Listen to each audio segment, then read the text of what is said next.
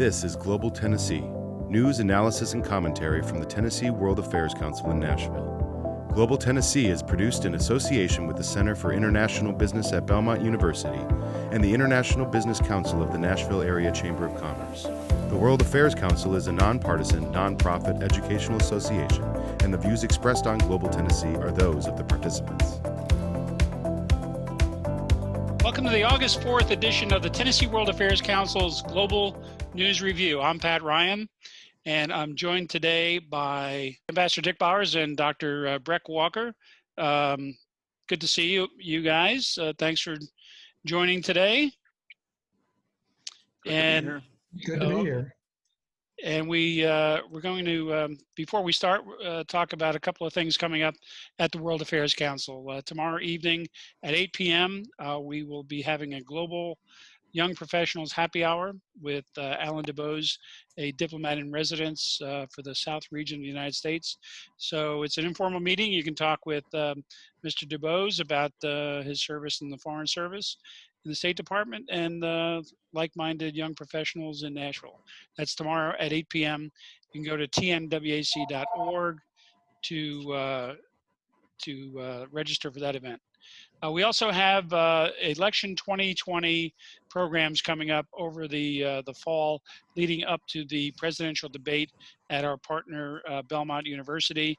That's on October 22nd. But leading up to that, we'll have a series of programs starting with former Defense Secretary William Perry and Plowshare's Tom Colina talking about nuclear proliferation, and then a series of panels about the critical issues that Americans should know about in preparation for the election. And finally, we are joining together with 6 other World Affairs Councils to bring a special 2-night program on September 2nd and September 3rd on the COVID crisis. We've pulled together a collection of Radio Free Europe, Radio Liberty journalists from around the world, from places like China, Russia, India, and elsewhere, as well as industry, pharmaceutical industry experts, and others in how to deal with the COVID crisis, the race for the vaccine, and so forth. So put those on your calendar. You can find the information for those things on tnwac.org/calendar. And I think, Dick, we're going to get into our topics for today. Okie doke. Well, we're going to do our 5 usual topics. And I think it's going to be an interesting program. We start with the global COVID update, as kind of usual, and then we're going to pivot over to warhead diplomacy. What's going on with North Korea, and how are they moving ahead in their weapons programs? And then we go to the other side of the world, to Germany, and a GI Auf Wiedersehen. The Trump administration is pulling troops out of Germany, and why and where and how come. And Dr. Breck will lead us on that discussion. And then we go down to the edge of NATO, Turkey, a NATO member since the 50s, but there are some tensions rising, and we'll talk about those. And finally, the passing of John Hume, who more than any one single person brought peace to the Northern Ireland issues. So that's our schedule for today. Terrific. Okay, Breck, you're up with the What in the World weekly quiz question. Okay, thanks, Pat. I want to remind everybody that we have a weekly quiz that comes out on Monday. You can access it through the website, or if you get the TNWAC newsletter, and as well, the 4 weekly winners during the month are eligible for a prize at the end of the month if you are a member of TNWAC. So please play every week if you would. Today's question is, as you can see, the head of SpaceX, Elon Musk, recently tweeted support for a theory that this ancient site was built by aliens. A minister from that country invited Musk to visit to see evidence that they were man-made, in fact. And so this ancient site is at A, Machu Picchu in Peru, B, the pyramids in Egypt, C, I'm going to let Ambassador Bowers pronounce C. Chichen Itza, it's a Mayan word, in Mexico. And Ephesus in Turkey. So we'll have the answer at the end of the program. I think we should let everybody know that having Ambassador Bowers chime in with that one doesn't suggest that that's may or may not be the correct answer. So you're Exactly. on your own there. Well said, Pat.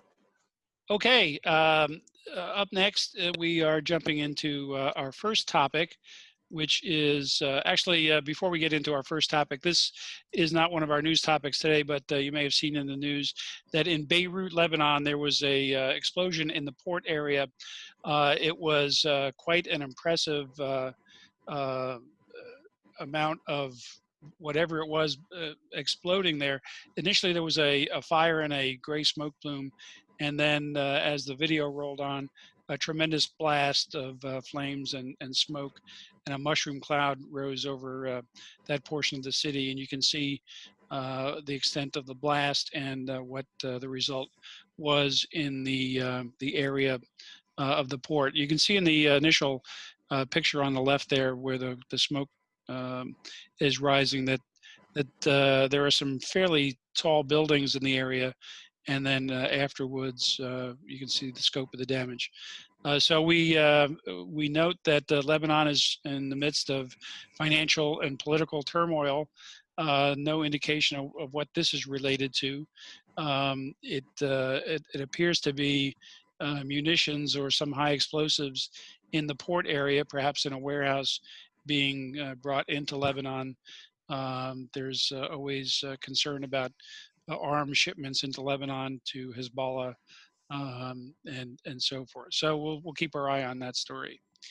We're going to jump into topic one, the COVID update, and just looking at the numbers, the WHO is concerned that the numbers are still going up, and they've renewed the call that that the COVID-19 issue is still a public health emergency of international concern, which is a formal designation under the international health regulations.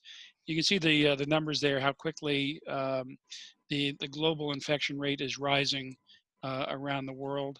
And a couple of the highlights of the report from the WHO includes the effort of the WHO to send a epidemiological team to China, to Wuhan, to lay the groundwork for studies into the origins of the virus. So they've concluded the initial work, and they're going to continue to investigate the first cases in Wuhan, which is an important step to understanding how the pandemic broke out and probably how to prevent future outbreaks of that sort. But the WHO is concerned about the hotspots. India has reported 50,000 cases a day for the 5th day in a row, and that reflects the large size of the Indian population. But it also is of concern because those cases seem to be spreading into rural areas. Vietnam and Australia are concerned about recurring outbreaks in their countries.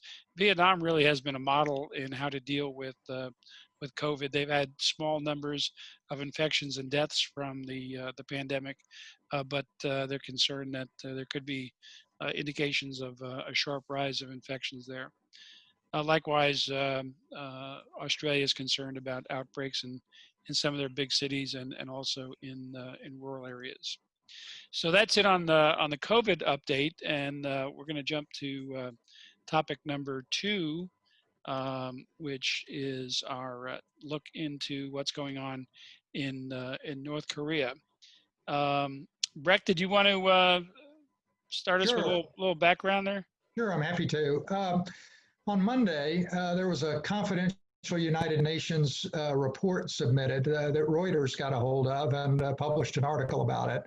And that report said that there were several countries that now believe that North Korea has developed nuclear warheads small enough that they'll fit on their ballistic missiles, and that those missiles could well have a range that could include parts of the United States. Now, in one sense, that was no new news. In that there was a United States intelligence assessment, I think that dates back to June 2017, that essentially concluded the same thing. And since that time, we've had a lot of think tank-like commentary out in the media talking about how the West just may have to learn to live with North Korean nuclear weapons that can reach the United States. But this latest report again highlights a problem that seems to have no apparent solution. and that is, how do we convince North Korea to pull back from going nuclear? Now, Presidents Bush, President Obama, and President Trump have all said that a nuclear North Korea is an absolute no-go, but here we are. Kim Jong-un, since he came into power, has certainly accelerated the nuclear program started by his father. I think all intelligence services believe that he has workable short, medium, intermediate, and intercontinental missiles, and maybe 30 to 60 nuclear devices, depending upon which intelligence report you believe. There's certainly uncertainty about how accurate those missiles are. There's uncertainty about whether Kim has warheads that are immediately deployable on missiles, especially on ballistic missiles. But at best, the world and the United States are on the brink of being under the shadow of North Korean nukes. Now, since the early 2000s, the UN and the West have imposed various sanctions on North Korea. They banned the sale of arms and materials and technology necessary to build ICBMs. The West and the UN has authorized inspections of cargo bound for North Korea. There have been more recent efforts to limit North Korea's access to the international financial system. So the world has really tried to paint North Korea into this corner and to limit their ability to design, build, and test nuclear arms. But this has not been effective. And I guess in terms of why, and Dick and Pat may have some thoughts on this as well, but in my mind, three big reasons maybe why all of this has not been very effective. And one is that sanctions are leaky in general. And connected to that, North Korea's biggest trading partner is China.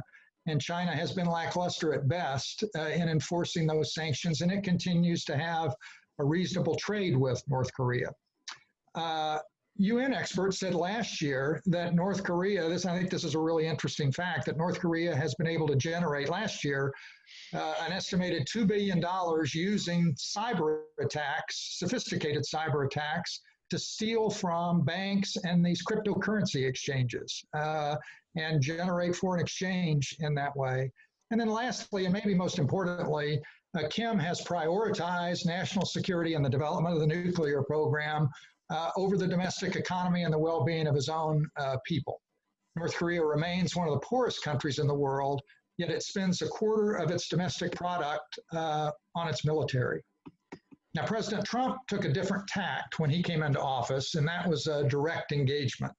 He and Kim have met 3 times since 2018 to talk about North Korea giving up its nuclear program in return for an end to sanctions and a lot of U.S. aid.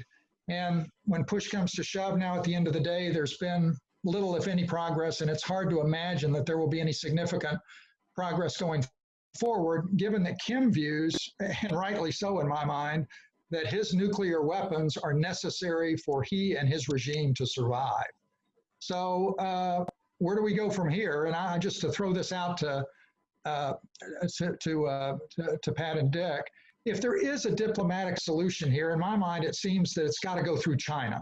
And people have said that for a long time, and it hasn't gone through China yet. But if China really wanted a solution, I think that's probably the best way to get one that is diplomatic.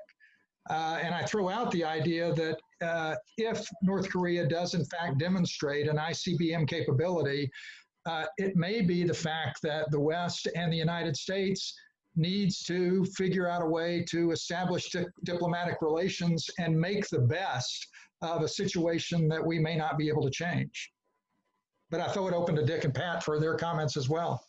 No, I think that was a terrific rundown, Breck. In terms of the sanctions, I think one notable data point is that after the Singapore summit, China appeared to relax the sanctions, betting that the summit was reducing tensions and would lead to a denuclearized North Korean peninsula. So they sort of jumped the gun on the sanctions relief because they frankly wanted to trade with North Korea. North Korea is a storehouse for minerals and other commodities that the Chinese use, and it's also a market for Chinese goods. So given the proximity of the two, they're natural trading partners. But as it turns out, the the summits did not yield any results of the hopes that we had.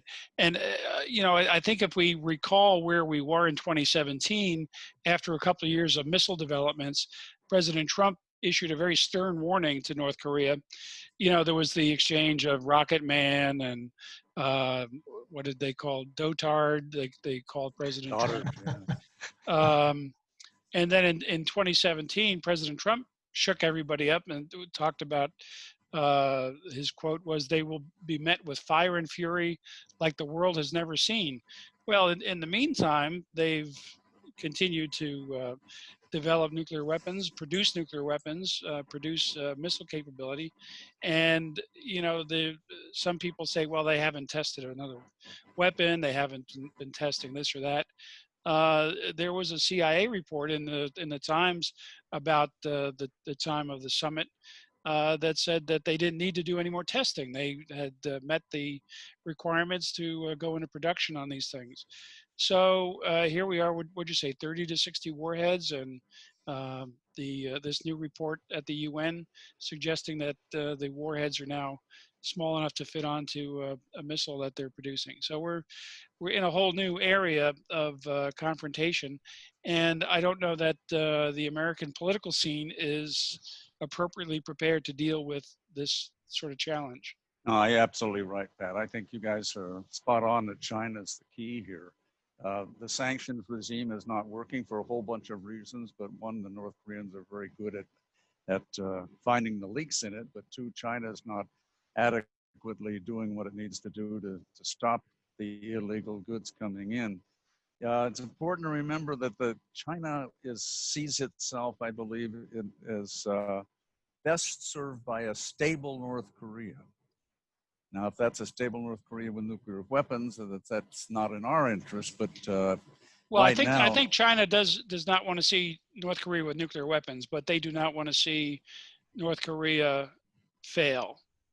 That's exactly right. They do not want a destabilized North Korea on their border with millions of North Koreans heading into China because they can't survive in North Korea. The problem with the United States and how we have engaged, I think we kind of got taken to the cleaners in our negotiating posture, if you will. The North Koreans gave us nothing. They gained international prestige on the international arena, and all of a sudden, this guy Kim Jong-un is somebody that's the equal to the President of the United States, and they just merely went on their way doing what they're doing. The end of the story is we drew a red line with fire and brimstone like they've never seen before, and haven't done anything about it. Yeah. On that bright note, maybe we should move on. Hey, Ambassador, I have one question, if you don't mind me seeing what your take is on this. Do you think there becomes a point at some time when it's demonstrable that North Korea has this ICBM capability, that the West in general and the United States in particular will try and normalize relations and gain some influence that way, that North Korea acts as a semi-responsible nuclear power, or no? The answer is I don't know. Well, it is equally as plausible, I think, that some of the right-wing hawks will say these guys now have the capability of hitting San Francisco and Seattle and things of this sort. And Nashville. And regardless of the consequences, we've got to take out that capability. Yeah, yeah. That is, that's a rough patch. Yep. Even before, they now have those nuclear weapons on missiles that could be, even the short-range missiles attacking South Korea and Japan with a nuclear warhead. It's incredible to consider the consequences. Oh, and absolutely. even before they developed Weapon 1, their ability to wreak havoc on South Korea with artillery across the DMZ. Millions would be dead. It's a hard situation. We say that we don't want them to have nuclear weapons, but what does fire and fury mean? Well, back just very quickly to Breck's point. I think there comes a time when you say, as bad as my neighbor is, or he's still my neighbor and I've got to live with this guy. And so you try to figure out, how do you do that? And that's a process of diplomacy and negotiation. And basically it means that we would recognize North Korea as a more legitimate state than we do now, and probably start doing things like providing aid and economic support that we're not doing that now. So that's right. It's a tough one. And one footnote there is North Korea, Iran, and Iraq were the axes of evil, and we set out to prevent them from having nuclear weapons. In the case of Iraq, we invaded, and they at one point they had a nuclear program, but at the point of the invasion, they did not. Iran, we negotiated a treaty to prevent them from getting a nuclear weapon, and we've given up on that treaty. So where they go is up in the air. But North Korea took a cue from Iraq that if you want to preserve your regime, having a nuclear weapon is not a bad idea. Yeah, So, absolutely. So here we are. With that, let's move on to another tough topic. Breck, I think you're going to talk a little bit about what's going on with the withdrawal of U.S. troops from Germany, or as Ambassador Bowers, who spent time in Berlin, might say, Auf Wiedersehen. Yeah. Sure, See you again. I'll start us off. The Trump administration announced last week that it was cutting the number of U.S. troops stationed in Germany by 1/3, from roughly 36,000 to 24,000. And this move had been announced by Trump back in June, but the details were released last week. And that reduction of 12,000 troops, roughly half will be deployed elsewhere in Europe, and half will come home, where they could be deployed to Eastern Europe or the Black Sea area on some sort of rotational basis. And then further, as part of this policy shift, there are two U.S. command headquarters, U.S. Europe and U.S. Africa, that are in Germany now and are going to be moved out of Germany. And there's also I think it's an F-15 fighter squadron that's going to be redeployed from Germany to Italy, I believe. So it's a big shift in the American military presence in Europe in general, and certainly in particular in Germany. Now, the Pentagon put out a statement. Secretary of Defense Mark Esper put out a statement saying that this withdrawal, this reduction, would, quote, strengthen NATO, enhance the deterrence of Russia, and boost the flexibility of the U.S. military. But President Trump undercut this explanation by almost simultaneously with the release of that announcement, saying that this move was meant to be punitive. His quote was, this is President Trump, quote, "We're reducing the force because the Germans are not paying their bills. U.S. troops are there to protect Germany, right? And Germany is supposed to pay for it. Germany's not paying for it. We don't want to be the suckers anymore. The United States has been taken advantage of for 25 years, both on trade and on the military." So what's the president talking about here? Well, I think that President Trump is referring to NATO's collective agreement back in 2014, where all 28 member countries agreed that they would spend at least 2% of their GDP on defense spending by 2024. And the U.S., by the way, roughly, I think its percentage of GDP on its aggregate defense spending is about 3.4% today. And I think that there are 9 NATO countries that are today meeting this 2% threshold, and they are Bulgaria, Greece, the UK, Estonia, Romania, Lithuania, Latvia, and Poland. But Germany is not there.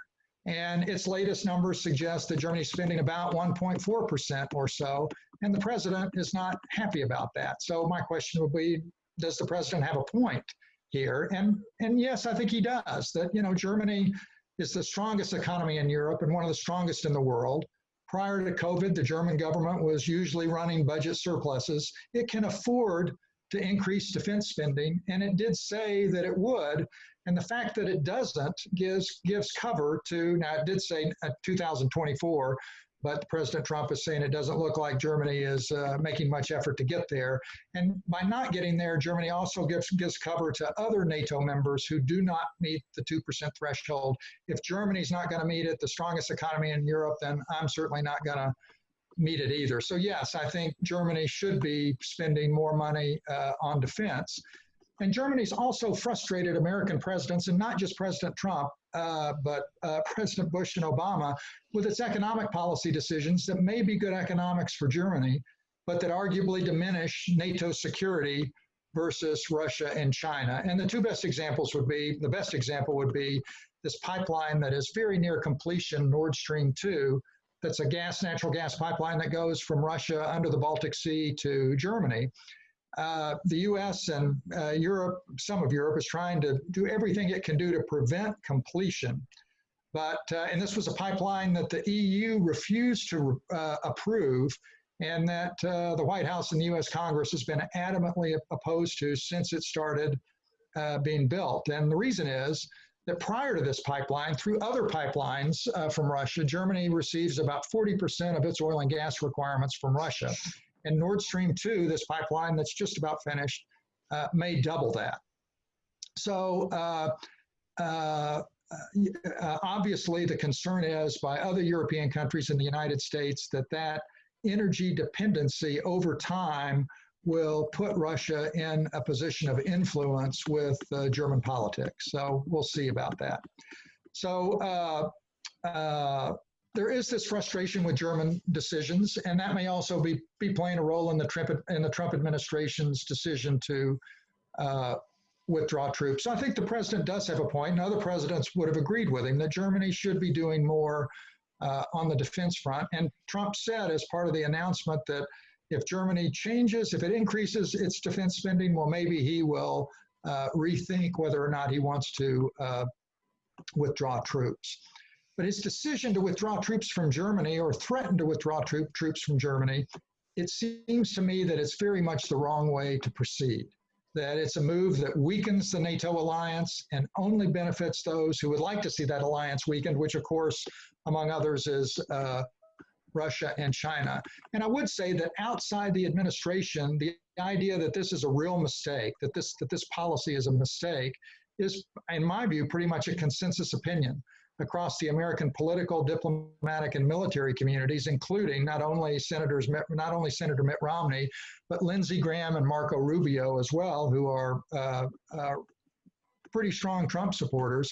Most respected foreign policy think tanks, including the Council of Foreign Relations, are against it, and several recently retired generals and admirals responsible for European forces throughout the 2000s have come out against it, as well as conservative media outlets like the Wall Street Journal and the National Review. Now, many see this troop withdrawal decision as stemming from Trump's personal animus towards the German Chancellor Angela Merkel. There's certainly no love lost between the two. But when Trump, back in June, first announced his intention to pull out troops, he didn't consult German authorities or even his own top aides, reportedly. And it came days after Merkel rejected Trump's offer to hold the next G7 summit at Camp David. And Merkel said she would not be attending because of COVID and travel restrictions and so forth. The other thing I'd point out is that the German public has really taken Trump's decision as an affront. And I was reading one survey that said that prior to his announcement, a survey of the German public, how many of you think that the US president will do the right thing regarding world affairs? And only 13% of the German population said, yes, we agree with that statement. So the reaction, why has it been so negative among even those who have generally been supportive of the president? Uh-oh. Sorry about that. So why is that this reaction been so negative even from the president's supporters? And in the small picture, I think the critics argue this, that Germany's defense spending isn't where it needs to be, but it's been increasing since the Russian takeover of Crimea. And then secondly, that Germany contributes in other ways to NATO beyond just its defense budget. And one of the ways it's contributed, for example, is staying the course on sanctions against Russia after its egregious acts in the Ukraine despite the fact that that's an economic hit to the German economy. And then the third criticism would be that this troop alignment it's not a strategic troop alignment, that it's not going to result in quicker reaction time by American troops in the result of in the event of a Russian attack, and so forth. So, but the more important aspect, I think, is the bigger picture. And I think that those who criticize the president say that anything that degrades the relationship between NATO members degrades deterrence and makes it more likely that Russia will try and exploit tensions and disagreements within the West. And I'm taking this from a recent backgrounder I read, but the stable and secure post-war world order, 1945 and after, in the West, was largely based on 5 principles. And those 5 principles were: 1, Germany needs to be an integral part, West Germany in those days, but Germany needs to be an integral part of the Western alliance. Secondly, that there needs to be a robust and ongoing U.S. commitment to European security. Thirdly, there needs to be Western support for a liberal, free trading, international economic system that everyone prospers in. Fourth, that there needs to be in the West a promotion of democracy and an acceptance of common democratic ideals, as opposed to nationalism and tribalism that we're seeing a little bit of today. And lastly, these transnational institutions, in particular, NATO and the EU. And Trump, I think, has done his best to undermine each of those pillars in ways that no other post-war American president ever has.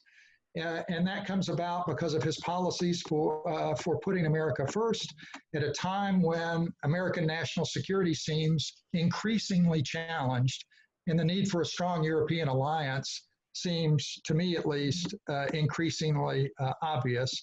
And this troop withdrawal seems just another step in undermining our relations with not only historical allies, but very important allies to our current national security situation. And I've gone on a little bit, sorry about that, but I'd like to close my little part with a quote from a person, Andreas Kluth, who writes for Bloomberg Opinion. And I thought that this was well said. It's a couple of sentences, and it goes: "The tragedy for the world is that without the U.S. as its guarantor, the wider West is ceasing to exist as an idea, leading to global instability and anxiety, or Westlessness. This West, admittedly a slippery notion, represented a community of nations that saw liberal values as worth defending in a pinch, especially against authoritarianism. Germans are certainly among those doubting whether Trump's America is, in that sense, Western. Let's hope the Americans stay in Germany and that Europeans reciprocate by doing their part in military defense, because otherwise it'll be the cynics celebrating from Germany's anti-American left to the autocrats in Moscow, Beijing, and elsewhere." So, Pat, I'll leave it at that. Sorry for running on a bit. No, that was brilliant. You covered all the bases. I don't think there's anything more to add to the context of the withdrawal. I would note that when you mentioned that this was not a strategic realignment of the forces, we noted previously in a news review that the U.S. forces in Germany were not just there as deterrence against Russia in the traditional NATO role, although that is certainly a key reason to have forces in Germany, but also that was the launching point for operations in Africa Command and across the Middle East and Afghanistan and elsewhere. So it's a key infrastructure node in our military installations around the world. I would also note that this wasn't just 12,000 troops being withdrawn. They're not all going home to the U.S. Some of them are being relocated around Europe.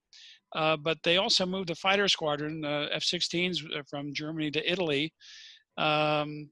the headquarters of the European Command is being moved from Stuttgart, Germany, to Belgium. So this really shapes up as poking a finger in the eye of the German leadership, starting with the no notice announcement it was going to happen, and just the episodical way of realigning these troops. I'm with you guys. I mean, it is in our national strategic interest to have a presence and a robust presence that signals our commitment to Western European defense and values, and to have that presence in Germany. It is the US national interest to have this huge hospital in the middle of Germany, to which we bring wounded American warriors out of Afghanistan and Iraq and other places in the world and stabilize them and keep them alive before we bring them back to the United States. It's in our interest to maintain a Germany that is progressive and full of democracy. This makes absolutely no sense to me, except that our leader got mad and he said, "I'll show you." Because this was not vetted with anybody or cleared with anybody. This wasn't a long thought out process of let's rationalize the positions of US troops around the world. This was a one-on, I'm going to do it. There is a lot of cutting off your nose to spite your face, but I'd also note that this just feeds into the wonderment about the relationship between President Trump and President Putin. This clearly, any underminement of NATO, clearly it meets the objectives of Putin and Russia in dealing with the West. So since Helsinki, when the president stood up and said he believed Putin over the U.S. intelligence community, there has been this question of what's going on here.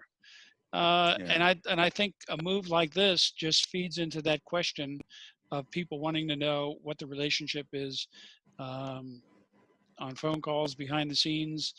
There's something fishy. You know, and what for me in the longer term consequence of this, if I were an Italian or a Spaniard or a German thinking, well, you know, we have this thing called NATO, it's attack on one is an attack on all, we can count on the United States to be there for us, I would really start wondering, can we count on the United States? And if we can't, how do we hedge our bets? What do we do? I mean, if Kim Jong-un can say, having nuclear weapons is what keeps me in power and protects me and my people, will other countries start drifting down that path to maintain or to get their own nuclear capability? But it's clear that this is shaking up the existing world order. And it's, in my view, not a good shakeup. Well, Dick, you know that this is not the first betrayal is too strong a word, the first undermining of the NATO, the North Atlantic Treaty Article 5, the Common Self-Defense Agreement. It started a couple of years ago in this administration with questioning whether, I think President Trump was in an interview and he said, well, you know, consider the case of Macedonia. Those Macedonians are troublesome people, and do we want to go to the aid of Macedonia? I mean, if you're in for a penny, you're in for a pound. Yeah, that's right. Okay, Breck, that was excellent. I really got a lot out of your presentation of that story. But let's move on. We have more ground to cover. I will just mention that the Germans, as one might imagine, are responding. A couple of years ago, Merkel said that you know, Europeans needed to find their own way. Macron also said that NATO was brain dead, and in response to this withdrawal, the defense minister had some short words about the U.S. Troop withdrawal. Okay. One final optimistic note is that these things take time to implement. So it's not that you're just going to tell the guys, okay, pack your bag, we're out of here next Tuesday. Hopefully, January, there may be a change of administration. And if there is, then these kinds of decisions will probably be high on the agenda of the other incoming president if President Trump is not reelected. Yeah. Dick, we have a question in the queue from Ambassador Cindy Corville, who was a guest on the news review last week. And she asked, what is the economic cost for this movement of U.S. forces and establishing a force? What role, if any, does Congress have in stopping the move? I haven't seen any lay down of numbers. Breck, did you see anything in? I did. Some of the media estimates were that the moves might cost the U.S. as much as $6 to $8 billion. And to Professor Corville's or Ambassador Corville's point, the Congress has to approve that money technically. And so there already are a couple of initiatives in Congress to gum up the works where it won't be as easy for the Trump administration to make these moves anytime or begin these moves even anytime in the immediate future. Well, part of the deal too is the Germans were paying much of the costs for the deployment of the U.S. troops and taking care of them in Germany. So these offset payments for barracks and facilities and bases and things like that, they're all going away. Those troops coming back to the United States now, this is totally on the U.S. taxpayer. So it's going to end up costing more than it cost us to keep them in Europe. Well, and wherever a squadron of F-16 goes, I suspect it's Aviano in northern Italy. They're going to have to pay for expansion of facilities and so forth. I think a lot of people don't realize that American forces, when they're deployed in countries like Germany, that the host country underwrites. There's a lot of assistance in kind for the installation and the operations. So there is some cost there. Ambassador Corville, thanks for the question, and we're glad to see you here again. Okay, moving on, gentlemen, we have another story which is a little bit on the same topic of NATO and the reliability of a NATO ally. And Breck, you caught this article in the New York Times about the relationship between Turkey and NATO. And the story starts out, I would commend this article in the New York Times to anybody wanting to keep up with this. And the title is Turkish Aggression is NATO's Elephant in the Room. And it starts out talking about Turkey escorting a vessel accused of smuggling weapons into Libya. And it was challenged by a French warship, a frigate. And the ships all went to the battle stations, but the French frigate withdrew because they were outnumbered and outgunned by the Turkish ships. So that is kind of the context of this story about where Turkey fits into the NATO alliance. And you can see here the relationship. This actually shows Turkey related to European Union, not NATO countries, but it gives you an idea of Turkey's relationship geographically. And Breck, I think it's important to note that Turkey has been trying to get into the European Union as a full member for some time, and it's been an associate member. It's been on the fringes, and never was fully accepted. The French blocked accession to the European Union a couple of times, but now Turkey seems to be moving philosophically to the east, and also politically to a more authoritarian government, which is anathema to the NATO agreement. So there's a lot of things to unpack here, and as we note, the NATO membership for Turkey stems back to 1952, and it was a critical component of the NATO alliance during the Cold War. It was the bulwark against the southern flank, Soviet attack into Western Europe would have to deal with Turkey and the Black Sea. So it was really an important piece in the NATO alliance. Breck, did you have something you wanted to add to that? Well, I would just say not only was it an really important piece to the NATO alliance, but it was, in those days, joining NATO was an important part of who the Turkish political leadership wanted to be. They wanted to face west and not east. They wanted to be certainly Islamic, but a secular government with a secular economy in sort of the Western mold. And if that hadn't been the case, it's an interesting question to know whether Turkey would have been invited into NATO back in those days. But certainly Erdogan seems to be taking Turkey in a different direction, and it will, and I guess 5 or 10 years ago, there were lots of questions about whether NATO had become obsolete, at least in terms of its Cold War mission. And I think that because of Russian aggression in Ukraine and Georgia, that that obsoleteness argument is going away a little bit. And it will be interesting to see as some of these Eastern European countries that have turned to, Hungary, for example, that have turned to a more nationalistic political orientation, and Turkey as well, and more authoritarian in some respects, moving a little bit away from free media and perhaps free elections and so forth, whether NATO can or should encompass those kinds of governments when it it did not want to do that in the past. I don't know if you all have a comment on that yourselves. Well, go ahead, Dick. Let me just jump in on a couple of things that are going on. Libya is a bone of contention because NATO partners are siding up on different sides of the Libya equation. Yeah. And that's creating some real tensions and problems.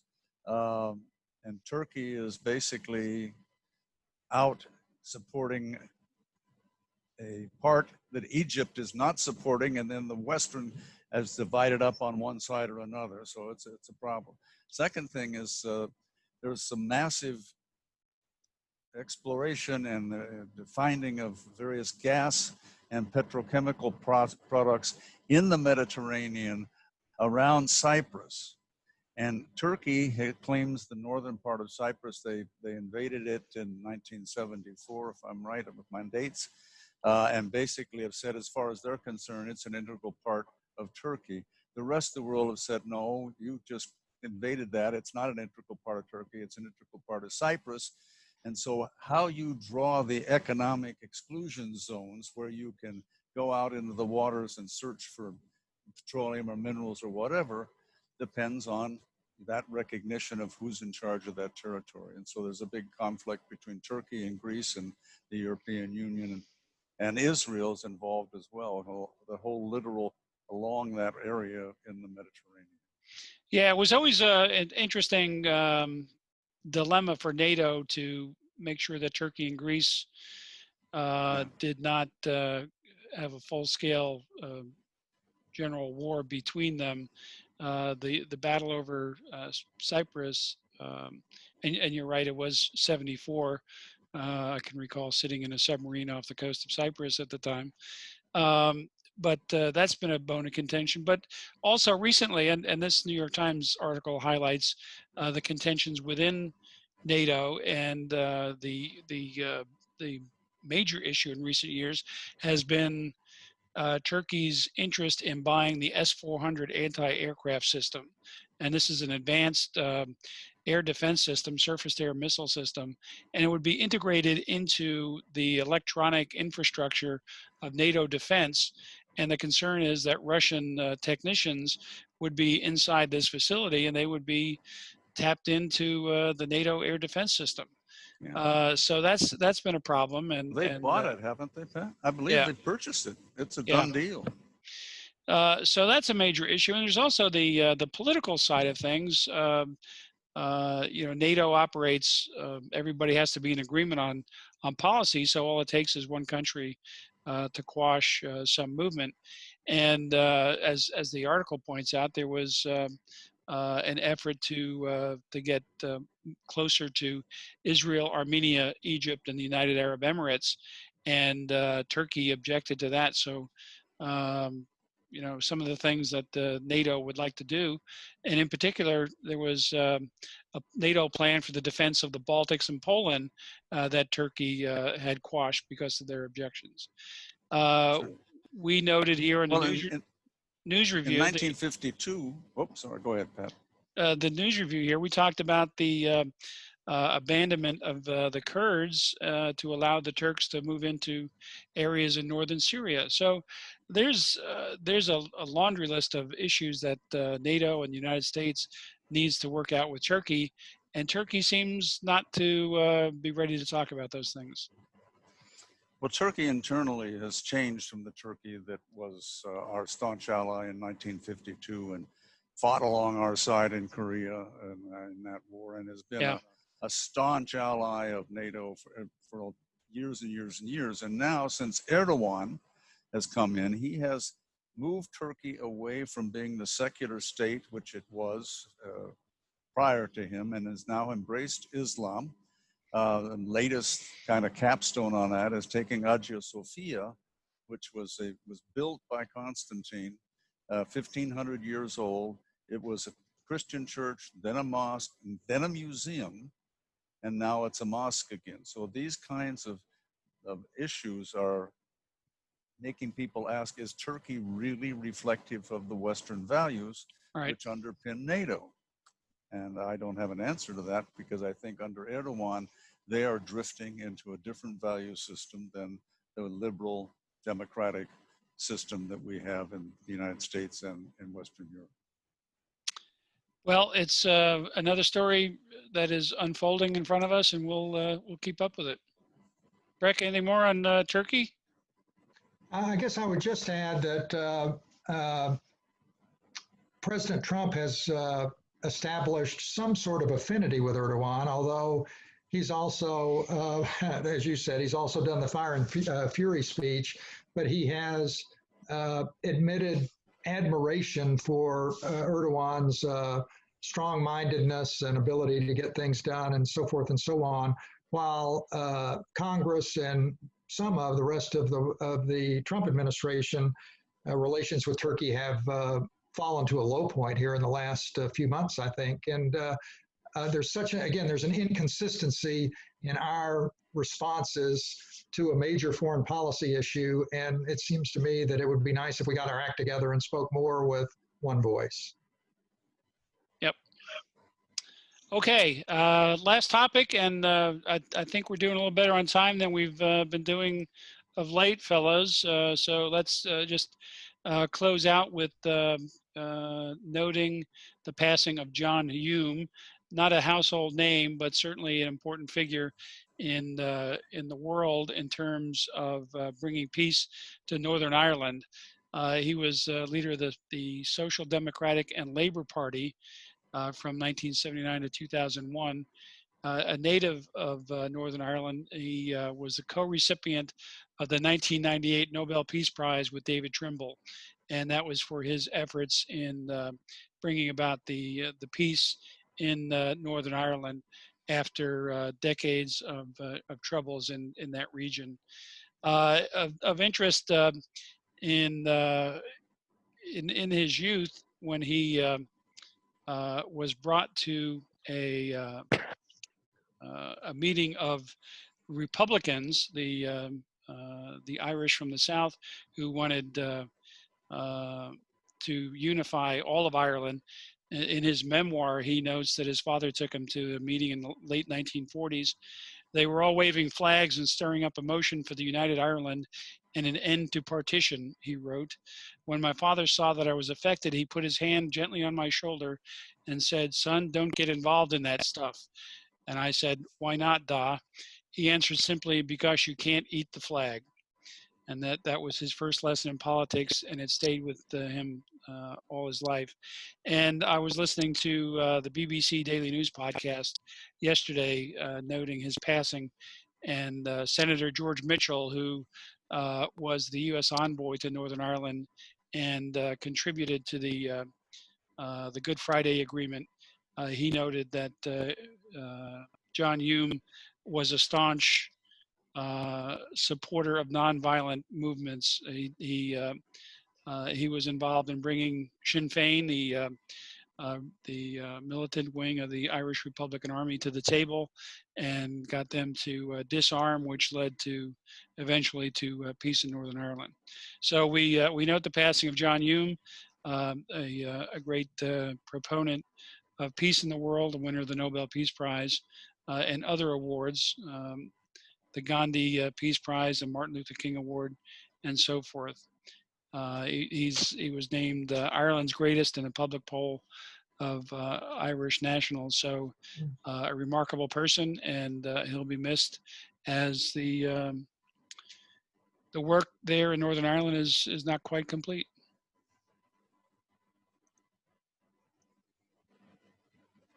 Gentlemen? I just throw out a last comment. You know, geography plays so much in these areas of conflict in the world. So, you know, if you go back, and you could correct me, since a guy named Pat Ryan knows more about Ireland than I will ever know. But the British basically tried to conquer Ireland, and they basically turned it into their own little manor of houses. So they had the big houses, and the English did, and the Irish were working in the fields. And then the Protestant Revolution versus the Catholic Revolution. Who are you going to worship, and how are you going to worship? So what ended up on one island, you get about what, 4/5 of it become the Irish Republic, and 1/5 of it becomes a province of Great Britain, and basically controlled by the English. So this geographical island is split up because of the desires of one people and another people. History is an amazing kind of thing. So it's the fact that now people are tending to be able to live together, although the Brexit exit, right, Pat, created some stumbling blocks as to, well, who does Northern Ireland belong to? Well, the relationship between Northern Ireland and the Republic certainly was a key feature of Brexit, how to negotiate that, because there was a land border between the UK and the European Union, i.e. the border between Northern Ireland and the Republic. So there were special accommodations, because the people in the north, they had gotten used to the free trade and no borders or barriers or tariffs or trade considerations with the EU through the south. So I think Northern Ireland was as much for the opening between the UK and the EU along that border, and that seems to be the direction we're going. We're still waiting on a final agreement between the EU and the UK. You know, we've had the Brexit, but the final agreement is still being hammered out. So we'll see where that goes. But I think it's a tribute to John Hume. He saw that the economic relationship between North and the Republic was key in bringing the violence to an end. Yeah. So we note his passing, and hopefully people will dig in a little bit to the history of that region and the source of the Troubles, as it was known, and the George Mitchell role in bringing about peace. There's a number of great books about Mitchell's involvement, and I'm sure it doesn't take too much research to find some good reading on how all that played out. But yeah, fascinating history, geography is destiny, and an interesting topic. Hey, Pat, okay. I might just quickly bring up, if it's okay, that yes, sir. Maybe I mentioned this before. There's a great book that was published in 2019 about the Troubles in the 70s called Say Nothing. It was a finalist for the author's Patrick Keefe, who's a journalist, and it was a finalist for the National Book Award, and it was on Barack Obama's list of best books of the year. And it is centered on a murder that this journalist thinks that he has solved in Ireland during the 1970s, but building around it the story of the Troubles and so forth. And if anybody wants to read something that's a fun read about that time period, I would recommend that book. Great. A book I enjoyed was Leon Uris's Trinity. It's a novel, and it dates the scenes are set further back, but it does provide some context of the situation in Ireland. All righty, Breck, do you want to take us out with the quiz question? Yes, again, the question was, the head of SpaceX, Elon Musk, recently tweeted support for a theory that this ancient site was built by aliens, and the answer is, thank gosh, the answer is not the one that the ambassador had to pronounce, but the answer is pyramids in Egypt. All right. Again, a reminder, please sign up for our newsletter at tnwac.org. You'll get the weekly quiz in your inbox every Monday morning at 10 a.m. 10 questions, and you won't have anyone like Breck to assist you in reading the potential answers, but we hope that you'll do well in the ideas to keep up with what's going on in the world. Again, we have the Young Professionals session tomorrow night, Wednesday, the 5th of August, and we hope you'll join it. Alan DuBose, diplomat in residence for the South region, and a casual conversation about diplomacy. That's it for us, fellas. Thanks again for a great news review. We're right at an hour, so we're in good shape. Done. Thanks, See you in everybody. 3 weeks. Yes, we should mention that the news review will be on hiatus for 2 weeks, and we may come back on a different date and time. So check our calendar at tnwac.org/calendar, and you'll be up to date on everything. Tonight we have Carl Dean talking with Consul General Kyoko Fukushima, the Consul General of Japan in Nashville, and that should be an interesting program on U.S.-Japan relations, and especially the Japan-Tennessee relationship, which is an important cultural and economic set of ties. Okay, fellas, thanks so much. Everybody be safe, and we'll see you next time.